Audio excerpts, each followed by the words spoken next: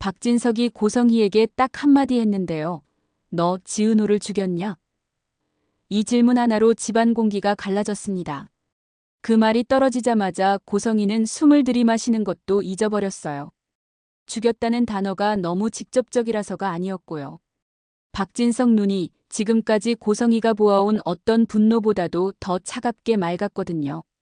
감정이 폭발해서 내뱉는 말이 아니라 이미 끝까지 확인하고 온 사람이 마지막 문을 닫듯 던지는 질문 같았어요. 고성희는 본능적으로 웃음을 만들려고 했습니다. 고성희는 늘 그랬잖아요. 부드럽게 단정하게 상대가 괜히 예민해졌네 싶게 만드는 방식. 여보, 지금 무슨... 고성희가 말을 잇기도 전에 박진석이 서류를 탁 고성희 앞에 밀어놨습니다. 종이 한 장이었는데요. 봉투에서 꺼내진 그 종이는 어쩐지 너무 원본의 냄새가 났어요. 프린트가 아니라 시간이 눌러붙은 기록 같은 느낌이요.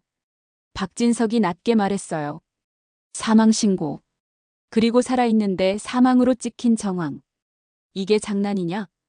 고성희는 그 종이를 보는 순간 눈동자가 아주 잠깐 흔들렸습니다. 정말 잠깐이라서 고성의 본인도 들키지 않았다고 믿었을 거예요. 그런데 박진석은 그 흔들림 하나로 답을 받아버리는 사람이었고요. 박진석은 그 순간 확신했어요. 고성희는 모른다가 아니라 안다고요. 고성희는 손끝이 떨리려는 걸 억지로 눌렀어요. 그리고 자기가 가장 자신 있는 단어를 꺼내려 했습니다. 여보, 나는 가족을. 박진석이 그 말을 끊었습니다. 가족? 너 지금 가족을 말할 자격 있어? 사람을 지워놓고 가족을 말해? 고성의 입술이 굳었어요. 고성희는 가난에서 벗어나려고 평생을 달려온 사람이잖아요. 자수성가한 사업가와 결혼도 해봤고 남편의 죽음도 겪었고 다시 박진석을 잡아서 신분을 올렸고요. 고성희에게 가족이란 말은 늘 포장지였어요. 진짜는 권력, 안전, 그리고 자기 생존. 그런데 박진석은 그 포장지를 손으로 찢어버리고 속을 들여다보고 있었습니다. 그날 밤 박진석은 고성희를 바로 내치지 않았습니다. 오히려 더 무서운 걸 했어요. 말로가 아니라 돈으로 조이기 시작했거든요. 고성희가 다음날 아침 통장을 확인했을 때 잔액이 0원에 가까운 숫자로 떠 있었습니다. 그 순간 고성의 표정이 처음으로 무너졌어요. 고성희에게 돈은 단순한 숫자가 아니었거든요. 돈은 사람을 움직이는 힘이고 위기에서 숨 쉴 수 있는 산소였어요. 산소가 끊기면 사람은 어떤 선택을 할까요? 고성희는 선택이 빠른 사람이었고 그 선택이 늘 위험했죠. 고성희는 손에 쥔 핸드폰을 꽉 쥐었습니다. 그리고 메시지 창을 열었어요. 수신 목록에 이름은 없었는데요. 어제부터 계속 떠오르던 발신자 미상의 말이 고성의 머릿속을 때렸습니다. 내가 먼저 던져야 산다. 고성희는 결국 결심합니다. 자신에게 덮쳐오는 의심을 지워버릴 수는 없으니 모두이어의 시선을 다른 곳으로 돌리자고요. 그게 바로 고성희가 꺼내든 너튜브 폭로였습니다. 고성희는 폭로 영상을 준비하면서도 손이 떨렸어요. 고성희는 자기 손이 떨리는 걸 싫어하는 사람이잖아요. 떨린다는 건 주도권을 잃는다는 뜻이고 고성희는 그런 사람으로 살기 싫어했거든요. 그래서 고성희는 더 단단한 척을 했습니다. 내가 흔들리면 먼저 무너지는 건 상대야. 고성희는 그렇게 설득하면서 업로드 버튼까지 손을 가져갔어요. 그런데 그 순간부터 회사 쪽 판이 동시에 흔들리기 시작했습니다. 박성재가 먼저 그 진동을 느꼈어요. 박성재는 본부장이니까요. 회사가 흔들리면 가장 먼저 책임을 져야 하는 자리. 박성재는 유복하게 자랐고 여유가 있어 보이지만 그 여유는 통제가 가능할 때만 유지됩니다. 통제가 깨지는 순간 박성재는 누구보다 빨리 위험을 계산해요. 그리고 이번엔 계산이 너무 복잡했어요. 박진석은 자기 아버지고 고성희는 재혼한 어머니고 회사는 자기 생활이고 그 한가운데엔 지은호가 있었거든요. 고성희의 폭로가 퍼지기 시작하자 회사 이름이 실시간으로 떠돌았습니다. 거래처 전화가 폭주하고 내부 메신저에는 스캔들이라는 단어가 쉴 새 없이 올라왔어요. 박성재는 부하 직원들 앞에서는 차분한 얼굴을 유지했는데요. 혼자 회의실 문을 닫는 순간 한숨이 길게 새어나왔습니다. 이걸 왜 지금 던져? 박성재는 곧바로 이지혁에게 연락했습니다. 지혁아, 지금 회사 분위기 느껴지지? 이지혁은 짧게 받았어요. 이지혁은 원래 감정으로 길게 말하는 사람이 아니니까요. 느껴. 누가 일부러 흔드는 속도야. 박성재가 말끝을 낮췄어요. 고성이가 던졌어. 근데 이게 고성이 혼자 던진 것 같지 않아. 이지혁이 잠깐 침묵했는데요. 그 침묵이 더 불길했습니다. 나도 같은 생각이야. 누가 고성이를 급하게 몰고 있어. 그 말이 끝나자마자 이지혁 머릿속에 지은호가 떠올랐어요. 이지혁은 비혼주의라면서 감정이 흔들리는 걸 싫어하는 사람이고, 그래서 지은호가 고백했을 때도 거절했잖아요. 그런데 지은호가 위험해지면 이지혁 몸이 먼저 움직이는 사람이었습니다. 밀어내기는 말로 하고 지키기는 행동으로 하는 타임이요. 그게 이번 회차에서 더 선명해지기 시작했습니다. 지은호는 이번에도 혼자 버티려고 했습니다. 지은호는 원래 해맑고 긍정적이고 책임감이 강한 사람이잖아요. 엄마 정순이가 흔들리면 지은호가 버텨야 했고, 동생 지강호가 사고 칠까봐 늘 마음을 붙잡고 살아왔고요. 그러니까 지은호는 늘 괜찮아요로 자신을 숨기면서도 속으로는 내가 무너지면 가족도 무너진다로 버텨왔습니다. 그런데 오늘은 괜찮아요가 입 밖으로 안 나왔습니다. 지은호는 회사에서 돌아가는 소문을 듣고 어딘가가 찢어지는 느낌을 받았어요. 사람들이 고성의 폭로만 얘기하는 게 아니라 그 폭로와 함께 26년 거짓 사망신고 같은 말들을 같이 얹어서 떠들고 있었거든요. 그리고 그 말들이 이상하게 지은호 주변을 맴돌았어요. 마치 지은호가 그 단어들의 끝에 서 있는 사람처럼요. 지은호가 복도 끝에서 멈춰 서 있을 때 핸드폰이 울렸어요. 발신자 미상. 지은호가 화면을 보는 순간 손이 굳었습니다. 지은호, 너 26년 전에 죽었어. 지은호는 그 문장을 읽자마자 숨이 턱 막혔어요. 죽었어라는 말이 무서운 게 아니라 그 말이 지금의 자기 삶을 통째로 부정하는 것 같아서 무서웠습니다. 지은호 머릿속에는 정순이 얼굴이 먼저 떠올랐어요. 정순이가 내 엄마라는 사실만은 흔들리면 안 되잖아요. 그런데 문자 한 줄이 그 사실마저 흔들어버릴 것 같았어요. 지은호는 누구에게도 말하지 않으려 했습니다. 박성재에게 말하면 박성재가 더 위험해질까봐 무서웠고, 이지혁에게 말하면 이지혁이 또 마음을 들킬까봐 무서웠어요. 지은호는 늘 그래왔잖아요. 혼자 버티는 방식으로요. 그런데 그 순간 이지혁이 나타났습니다. 이지혁은 지은호 얼굴을 보는 순간 알아챘어요. 지은호가 괜찮은 척조차 못하고 있다는 걸요. 이지혁이 낮게 말했어요. 지은호, 너 지금 상태 괜찮은 척도 못하네. 지은호는 웃으려고 했는데요. 웃음이 너무 얇아서 이지혁이 더 빨리 알아챘습니다. 선배나 그냥. 이지혁이 바로 끊었어요. 괜찮다는 말하지 마. 오늘은. 지은호가 그 말에 멈칫했어요. 괜찮아요가 막히면 그 뒤에 숨겨둔 진짜 감정이 튀어나오거든요. 지은호가 결국 작은 목소리로 말했습니다. 선배 나 무서워. 그 한마디가 이지혁 마음을 세게 흔들었습니다. 이지혁은 원래 누군가가 무섭다고 말할 때 제일 약해지는 사람이었어요. 무서움은 논리로 해결되지 않으니까요. 이지혁은 숨을 고르고 지은호에게 단호하게 말합니다. 지은호, 너 혼자 움직이지 마. 문자든 통화든 누가 뭐 보내도 내가 먼저 판단하지 마. 지은호가 고개를 흔들려 했어요. 선배까지 흔들리면 어떡해. 이지혁이 짧게 웃었는데요. 웃음이 아니라 체념 같았습니다. 나 흔들리는 거 이미 늦었어. 그 순간 지은호 심장이 쿵 내려앉았어요. 이지혁이 이런 말을 한다는 건 이지혁이 정말로 더 이상 밀어내기만으로 버티기 힘들다는 뜻이었거든요. 지은호는 마음이 복잡해졌습니다. 좋아하는 마음이 기뻐서가 아니라 이 마음이 나오면 일이 더 커질까봐 무서워서요. 그 사이 박성재는 고성의 폭로로 흔들리는 회사를 막으려고 뛰고 있었습니다. 박성재는 아버지 박진석과도 부딪히기 시작했어요. 박진석은 고성이를 의심하고 있었고 박성재는 그 의심이 회사 전체를 무너뜨릴까봐 두려웠습니다. 박성재가 박진석에게 말해요. 아버지, 지금은 회사부터 수습해야 합니다. 박진석이 박성재를 똑바로 보며 말했습니다. 회사 수습? 성재야, 회사가 무너지는 이유가 뭐냐? 뿌리부터 썩었으면 수습이 아니라 도려내야지. 박성재는 그 말에 속이 철렁했어요. 박진석의 도려내야지가 누구를 향하는지 알아챘거든요.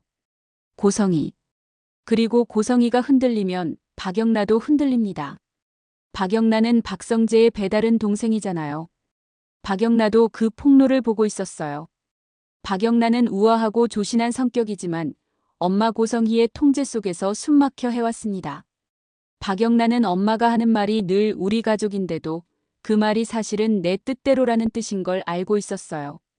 그런데 이제 엄마 고성희가 세상 앞에서 폭로를 던지는 걸 보니까 박영란은 처음으로 엄마가 무섭다고 느꼈습니다. 엄마는 무너져도 남을 끌어안지 않겠구나. 같이 무너지게 만들겠구나. 그런 박영란 곁에 이지환이 있었습니다. 이지환은 이지형 남동생이고 박영란의 운전기사 겸 보디가드죠. 이지환은 3년 사귄 여자친구에게 배신당한 뒤로 삶의 의욕이 떨어져 있던 사람이었는데요. 박영란가 흔들리는 모습을 보면서 이지환이 조금씩 깨어나고 있었습니다. 이지환이 박영란에게 조용히 말해요. 박영란 씨, 오늘 많이 힘들죠? 박영란가 고개를 돌렸어요. 힘든 게 아니고요. 숨이 막혀요. 이지환은 그 말에 가슴이 찌르르 했어요. 누군가에게 숨이 막힌다고 말하는 건 이미 오래 참았다는 뜻이거든요. 박영란은 이지환에게 아주 작게 하지만 명확하게 말했습니다. 이지환 씨, 엄마가 뭔가를 숨기고 있어요. 그리고 그게 사람을 망가뜨려요. 이지환은 박영란을 보며 고개를 끄덕였어요. 이지환은 처음으로 내가 지켜야 할 건 경호 대상이 아니라 사람이라고 생각하게 됩니다. 그리고 그 시간 상철도 무너지고 있었습니다. 이상철은 정년 퇴직한 뒤에도 올바르고 고지식하게 집안을 지키려는 사람이잖아요. 그런데 요즘 상철은 버티는 척이 한계에 왔어요. 밖에서는 회사 스캔들이 터지고 안에서는 지역이 흔들리고 집안은 조용히 금이 가고 있었어요. 상철은 지역 뜻에 따라 자기가 할 수 있는 일을 하려 했지만 손이 닿는 곳마다 벽이 무너지는 느낌을 받았어요. 거실 한쪽에는 조옥래 사진이 놓여 있었습니다. 조옥래는 이미 세상을 떠났고요. 상철은 사진을 한번 보고 김다정에게 낮게 말했어요. 여보, 내가 버텨야 하는데. 자꾸 힘이 빠진다. 김다정은 부드럽지만 핵심을 찌르는 사람이었어요. 상철 씨, 버티는 척만 하면 언젠가 쓰러져요. 지혁이도 지금 버티는 척이 한계예요. 상철은 아버지니까 더 강해야 한다고 믿는 사람이었는데요. 그 믿음이 이제는 상철을 더 아프게 만들고 있었습니다. 지혁이 잠깐 집에 들렀을 때 상철이 말했어요. 지혁아, 흔들리지 마라. 이지혁은 대답이 막혔어요. 흔들리지 말라는 말이 이미 흔들리는 사람에게는 제일 아픈 말이거든요. 이지혁은 결국 이렇게 말했습니다. 아빠, 나 이번엔 도망 안 갈게. 김다정이 조용히 덧붙였어요. 지혁아, 내가 비혼주의인 건 내 선택이야. 근데 누군가를 지키고 싶은 마음까지 부정하면 그건 너 스스로를 부정하는 거야. 그 말은 이지혁에게 칼처럼 박혔어요. 이지혁은 지은호를 거절했던 순간이 떠올랐습니다. 그때는 내가 옳다고 믿었는데요. 지금은 그 옳음이 누구를 상처냈는지 너무 선명해졌어요. 지은호가 괜찮아요로 버티던 얼굴들, 정순이 앞에서 무너질까 참던 순간들, 지강호 때문에 또 책임을 떠안던 날들, 그 모든 게 이지혁 눈앞에 겹쳐졌습니다. 다시 회사로 돌아오면 고성희의 폭로는 회사 전체를 흔들었지만 끝이 아니었습니다. 폭로 직후 이상하게 빠르게 되치기가 시작됩니다. 고성의 영상이 퍼지는 것과 동시에 26년 거짓을 뒷받침하는 자료들이 흘러나오기 시작한 거예요. 누군가가 준비해둔 것처럼요. 고성희는 그걸 보고 등골이 서늘해졌습니다. 고성희는 판을 던졌다고 생각했는데요. 진짜 판을 키우는 손이 따로 있다는 게 느껴졌거든요. 박진석도 그 흐름을 봅니다. 박진석은 고성희를 잡으려고 했지만 동시에 깨닫습니다. 이 판이 단순한 부부싸움, 가족 문제로 끝나지 않을 수 있다는 거요. 누군가가 회사를 흔들고 가족을 찢고 지은호를 중심에 세우려 하고 있어요. 그리고 중심에 세워진 사람은 제일 먼저 죄책감으로 무너집니다. 여기서부터 지은호에게 가장 잔인한 게 시작됩니다. 사람들은 관계를 바꾸기 전에 먼저 믿음을 바꾸잖아요. 지은호는 정순이의 딸이고 지강호의 누나인 게 분명한데도 사망신고 26년 전 지은호가 같은 문장에 묶이면 사람들은 확인도 없이 낙인을 찍습니다. 누군가가 노리는 건 바로 그거였어요. 관계를 바꾸는 게 아니라 관계를 흔드는 것. 흔들리면 사람은 스스로를 의심하니까요. 지은호는 결국 선택의 갈림길에 섭니다. 혼자 확인하면 상대가 원하는 대로 흔들릴 거예요. 같이 확인하면 누군가가 더 큰 폭탄을 던질 수도 있어요. 지은호는 정말로 무서웠습니다. 그런데도 지은호는 정순이를 떠올렸어요. 정순이가 알게 되면 무너질 텐데, 그 무너짐을 또 지은호 혼자 막으려고 할 텐데, 지은호는 그게 제일 무서웠습니다. 이지혁이 지은호 옆에 서서 말했습니다. 지은호, 내가 같이 확인하자. 너 혼자 확인하면 걔들이 원하는 대로 무너져. 지은호는 울컥했어요. 좋아서가 아니라 누군가가 가치라는 단어를 이렇게 단단하게 말해준 게 처음이라서요. 지은호가 작게 묻습니다. 선배나 내가 누구인지 알아도 지금 가족을 잃고 싶지 않아. 이지혁이 숨을 고르고 말했어요. 가족은 기록으로 정해지는 거 아니야. 근데 기록이 사람을 죽일 수도 있으니까 우리가 먼저 잡아야 해.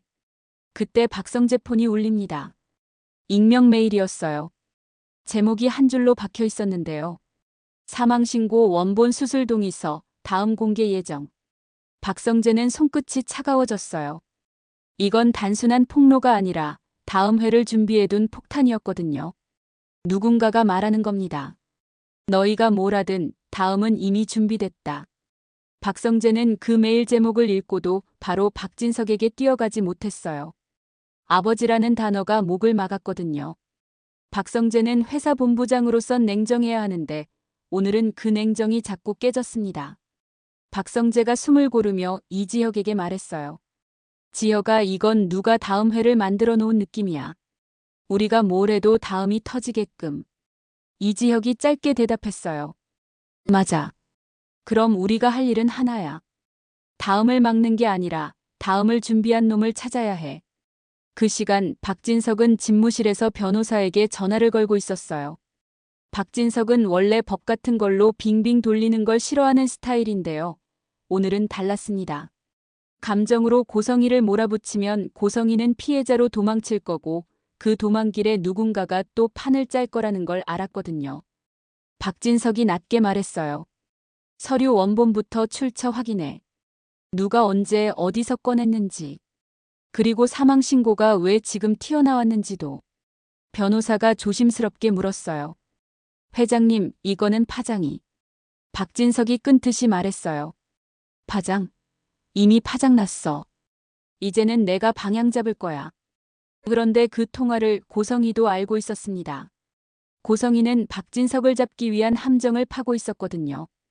고성이는 조용히 사람을 불러서 이렇게 말했어요.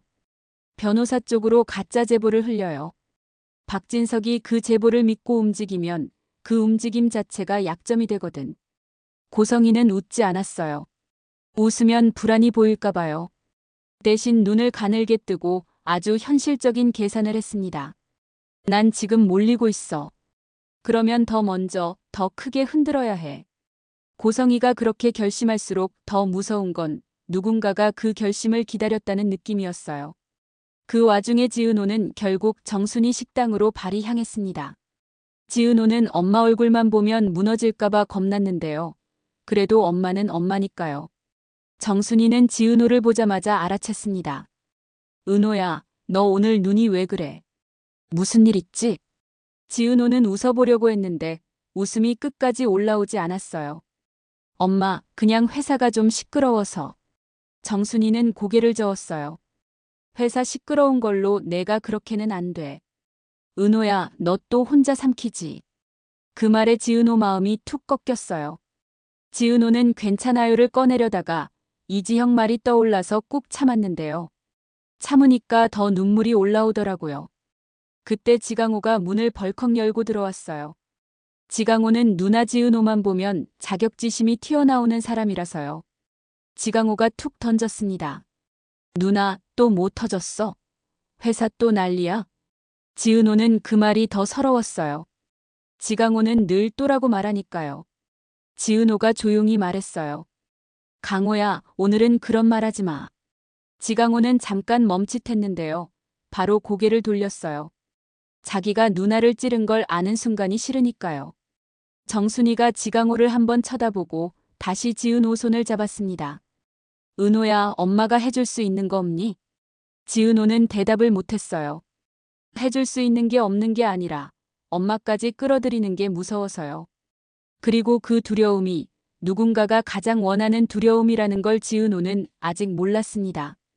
지은호가 식당 밖으로 한번 숨을 고르러 나왔을 때 박성재에게서 전화가 왔습니다. 박성재 목소리는 단단했는데요. 단단해서 더 불안이 묻어났어요. 지은호 씨, 지금 어디예요? 혼자 있지 말아요. 지은호는 순간 말문이 막혔어요. 지은호가 지금 제일 무서운 게 혼자인데 동시에 누군가와 같이 있는 것도 무서웠거든요. 같이 있으면 더 많은 걸 잃을까 봐요. 지은호가 결국 짧게 대답했습니다. 본부장님, 저 엄마 가게 앞이에요. 그때 이지혁이 지은호 옆에 조용히 서 있었어요. 이지혁은 박성재 통화 소리를 듣고도 뭐라 하지 않았습니다. 다만 지은호 얼굴을 보고 판단했어요. 지금 지은호에게 필요한 건 누가 더 올냐가 아니라 누가 더 빨리 무너지지 않게 잡아주냐라는 걸요. 이지혁이 낮게 말했습니다. 지은호, 전화 끊지 마. 박성재랑 나 둘 다 필요해. 지금 너 혼자 버티면 끝이야. 지은호가 입술을 깨물었어요. 지은호는 늘 책임감이 강해서 내가 해결해야 한다로 버티던 사람이잖아요. 그런데 오늘은 그 책임감이 더 무서웠습니다. 지은호가 떨리는 목소리로 말했어요. 선배, 나 지금 내가 뭘 믿어야 하는지도 모르겠어. 이지혁이 고개를 끄덕였어요. 그래서 더 같이 봐야 해. 내가 믿을 수 있는 건 오늘 만들어야 돼. 그 말이 끝나자마자 고성이는 다시 업로드 화면을 열어봅니다. 고성이는 더 큰 폭로로 다시 판을 잡겠다고 생각했는데요. 그때 또 메시지가 옵니다. 발신자 미상. 내 폭로 우리가 더 키워줄게. 대신 지은호는 건드리지 마. 고성이는 그 문장을 읽고 처음으로 확실히 느꼈습니다. 나도 조종당하고 있다. 고성이가 평생 싫어하던 상황이죠. 누군가의 말대로 움직이는 것. 고성이는 그 순간 더 위험한 선택을 하려 합니다. 지은호를 직접 흔들어서라도 판을 자기 손으로 다시 가져오겠다는 선택. 그런데 그 선택이야말로 누군가가 가장 원하던 길이에요. 지은호가 흔들리면 이지혁도 흔들리고 박성재도 흔들리고 박진석도 흔들리고 회사도 흔들릴 테니까요. 마지막에 지은호는 다시 핸드폰 화면을 봅니다. 너 26년 전에 죽었어라는 문장은 여전히 화면에 남아 있었어요. 지은호는 그 문장을 지우지 못했습니다. 지워도 사라지지 않을 것 같아서요. 지은호는 숨을 깊게 들이마시고 이지혁을 봅니다. 이지혁 눈빛은 차분했는데요. 그 차분함이 오히려 결심 같았습니다. 이지혁이 말해요. 지은호, 도망치지 마. 이번엔 내가 같이 갈게. 지은호가 작게 고개를 끄덕입니다. 그 고개 끄덕임은 사랑이 아니라 생존의 선택이었어요. 그래도 누군가와 같이 서는 선택. 그런데 바로 그때 박성재 폰이 다시 울립니다. 아까 그 익명 메일 발신자와 같은 결의 문장이었는데요. 이번엔 제목이 더 짧고 노골적이었어요. 다음 공개는 지혁. 박성재는 숨이 턱 막혔고 이지혁도 순간 표정이 굳었습니다. 누군가가 이제는 회사 스캔들을 넘어 사람을 한 명씩 찍기 시작했다는 뜻이었거든요. 그리고 그 사실이 제일 무서운 이유는요.